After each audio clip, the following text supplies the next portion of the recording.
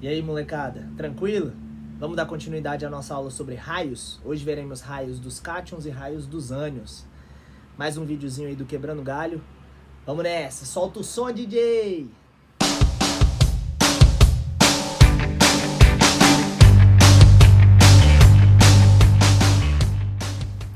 Então bora lá, molecadinha. Vamos dar continuidade ao estudo dos raios atômicos.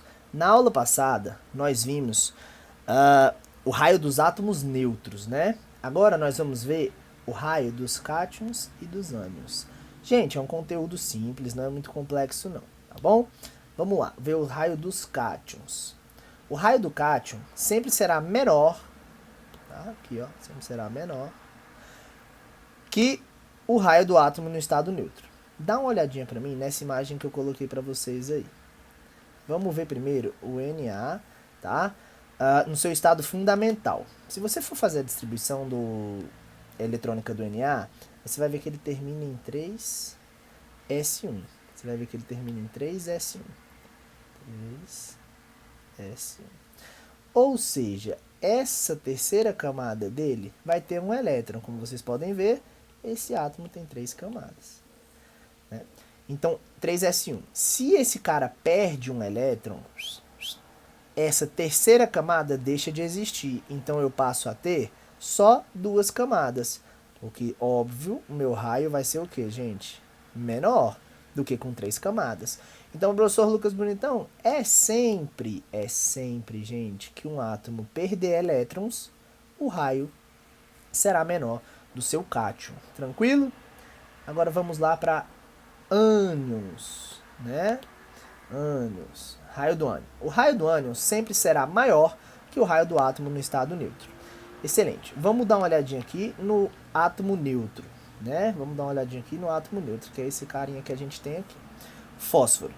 Ok? Molecada, ele tem quantas camadas aí no caso? 1, 2, 3, né? Ele tem 3 camadas. Esse cara tem 3 camadas. Excelente. Após ganhar 3 elétrons, ele continua tendo quantas camadas? 3, professor Lucas Bonitão? Sim. E por que então que o raio dele aumenta? Vamos contar para mim a quantidade de elétrons que esse cara tem na terceira camada no início? 1, 2, 3, 4, 5. Depois que ele ganha 3 elétrons, 1, 2, 3, 4, 5, 6, 7, 8.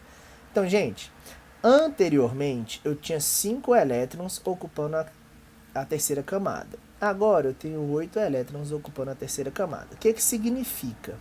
Que antes eu tinha 5 elétrons para ocupar um determinado espaço. Agora eu tenho 8 elétrons para ocupar a mesma camada. Lembrando que elétrons são partículas de cargas negativas. Então haverá, nesse caso, que uma repulsão entre eles, deixando o meu raio maior. Então, se eu for ver aqui, o meu raio vai ser maior. Então, professor Lucas Bonitão, é sempre que será maior? Sim, sempre um ânion terá o raio maior do que o seu estado fundamental, no seu estado neutro. Beleza?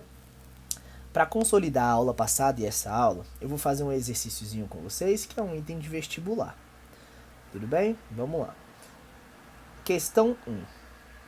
Considerando uma molécula diatômica, o raio do átomo é sempre a metade da distância determinada experimentalmente entre o centro dos dois átomos. Raio atômico é uma propriedade periódica e várias outras dependem dela. Avalie as afirmativas abaixo e assinale a alternativa correta. Número 1. Vamos ver se está certo ou não. Se compararmos os raios atômicos dos elementos P, S e Cl, o P possui o menor raio atômico. Vamos abrir nossa tabela periódica aqui, que eu coloquei para vocês. Lembrando que se eu estiver falando sobre propriedades periódicas, eu tenho que ter uma tabela periódica à mão. Tá? Ele fala de 3 elementos. Quais são esses elementos que ele fala aí para mim? P,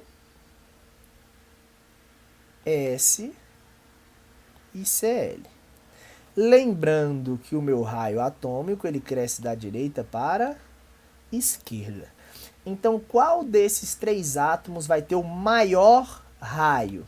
Quem terá o maior raio é o P. E ele fala na minha alternativa que o P possui o menor raio. Gente, o P possui o menor raio? Não. Então esse nosso item, ele tá o quê? Itemzinho errado.